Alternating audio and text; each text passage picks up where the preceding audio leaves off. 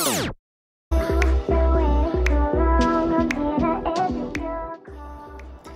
guys, welcome to my first ever YouTube video, and in today's video we're going to be doing an inspired look by Samaria Leah. These lace-up jeans are super cute and super trendy, so if you guys want to learn how to get the look, just keep on watching.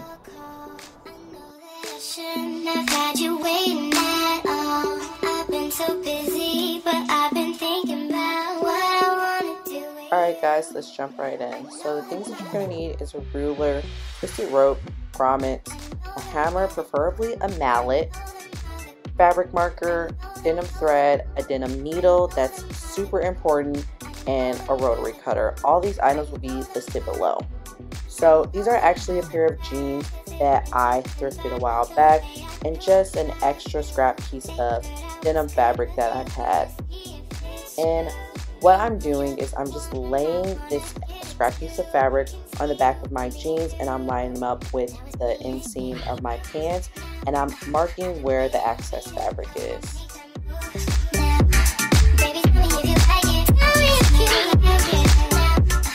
So what you want to do with that marking is cut off the excess piece of fabric, but we're going to save this because we're going to test out our grommets so we know we do it right the first time. We don't want any mistakes with our actual piece that we're going to use.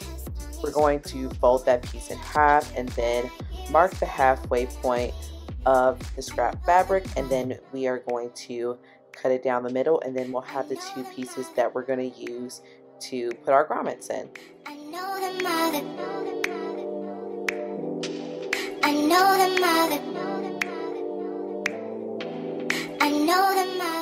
So with that scrap piece of fabric, we're going to test out our grommets. These are just grommets that I got off Amazon. I'll have them linked below. So what I'm doing, I am cutting an X or a star shape, whatever works for you guys, and we're going to insert the base of the grommet, and we're going to put that on the stand that it comes with, and then we're going to put the washer on top. That goes on the inside of the fabric. So you're going to carefully hammer this in and make sure it's tucked in there securely. It also comes with this tool that cuts out the holes for you, but it didn't really work for me, so I'm just going to stick to my scissors because I don't got time to waste. Also guys, please be very careful when you're doing this. Do not hammer your finger off when you're trying to put these grommets in. Tell me how you like it.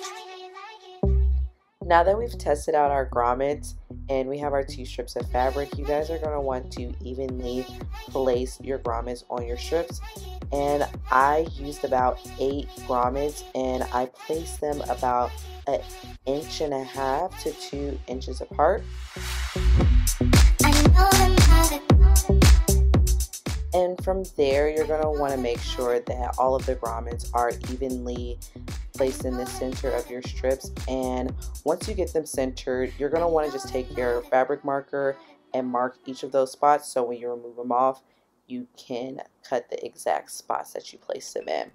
I'm just going to pull you guys in a little bit closer so you guys can see how I cut my holes out.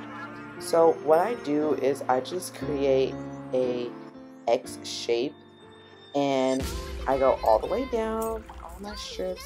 I had to go back in and switch to like some eyebrow scissors. These were pretty good, but whatever scissors you have will work. And with that, I proceeded to insert my grommets in.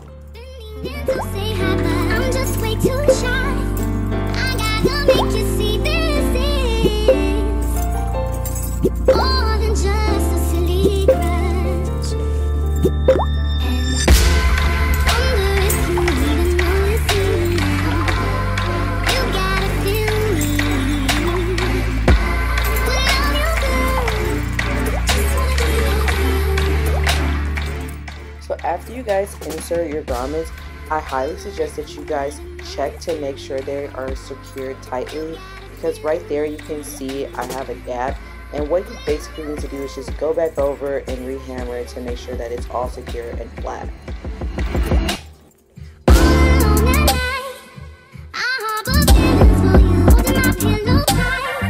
Sometimes I need to touch myself.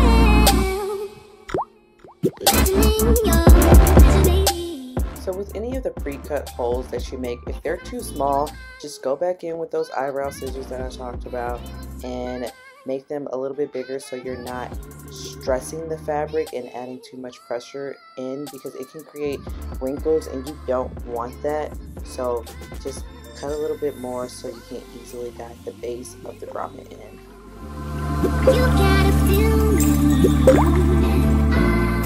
And now that we have our first piece done, what you want to do is take the second scrap piece of fabric, put the one that we finished on top, and mark the holes that we did so we know that they're both identical. And then what you're going to want to do is hammer roll again, don't hammer your finger, and then you'll have two straps.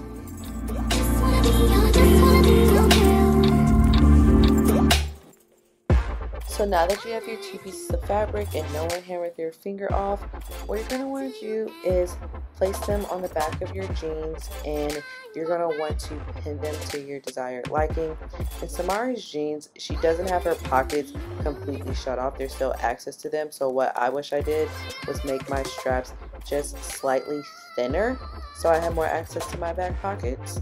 And when you guys are pinning your straps to the back of your pants, you're going to want to continue to check that the bottom of your strap lines up with the inseam of your jeans. And also, you're going to want to make sure that you're not pinning your jeans closed. I had to go back and make sure that my jeans weren't pinned shut. It was kind of annoying, so just make sure you guys are checking this and properly pinning your straps to your pants.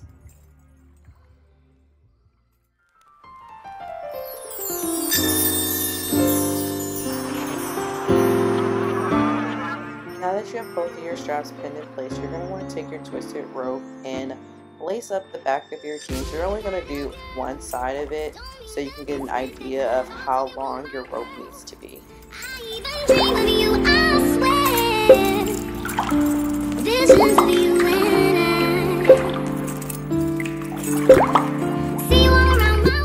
when you guys get everything laced up to your liking, you can mark the midpoint of your rope so you know how much you're going to need, and then you'll remove it, and then it's time for the fun part.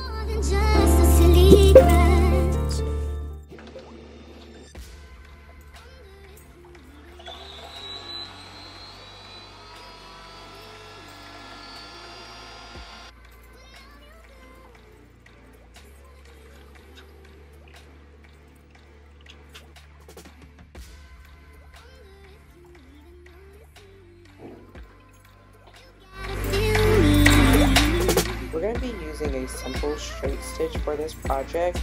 You guys want to do a couple stitches and then secure that in with the back stitch and slowly attach the straps to the back of your denim. Remember that jeans are very thick and your needle can break, so that's why it's important to use a denim needle, especially if you don't have a heavy duty machine.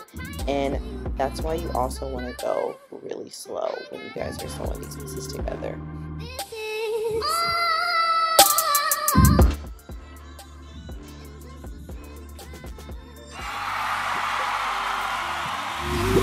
Here's a perfect example of why you shouldn't sew fast. So what I'm doing, I'm just hand cranking my fabric through because I do not want this denim needle to break on me.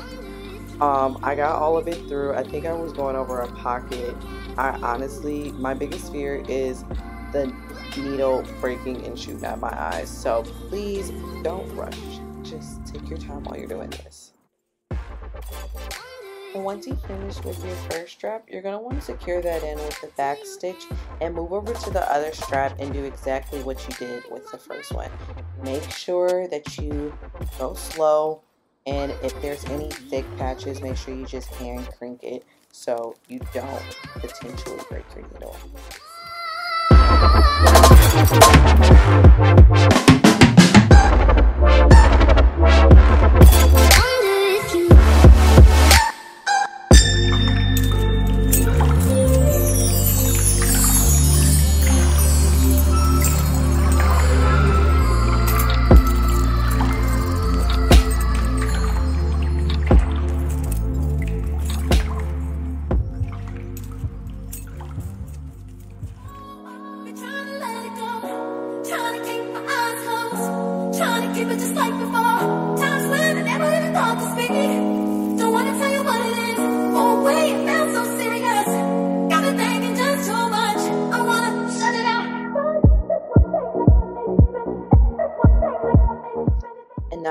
reached the inseam of our jeans, I wanted to bring you guys in a little bit closer to show you guys how I secure both of the straps down.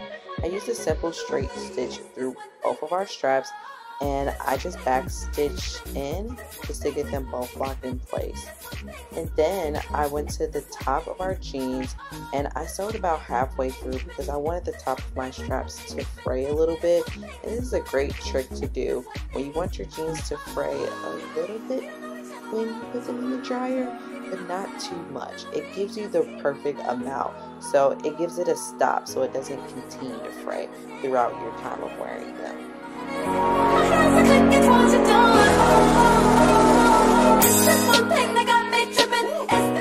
Now that we've tackled the hard part, we can do the easy part, which is the lacing of our jeans. That means we are literally, basically done with these jeans.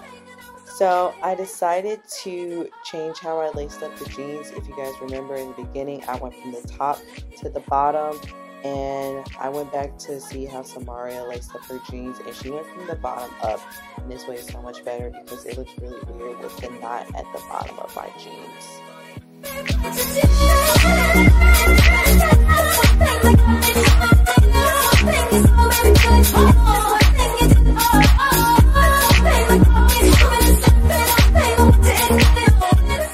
When you guys are done lacing your jeans up, you can tie them up at the top, and then we can finally see how they look on.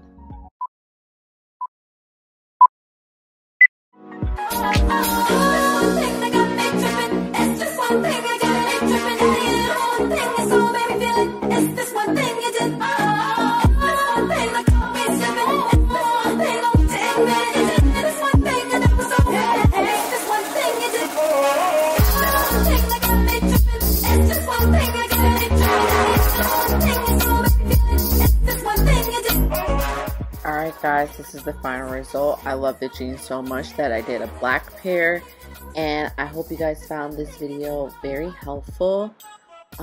If you like what you saw, please like, comment, and subscribe. Feel free to share my video, and thank you for tuning in. Bye.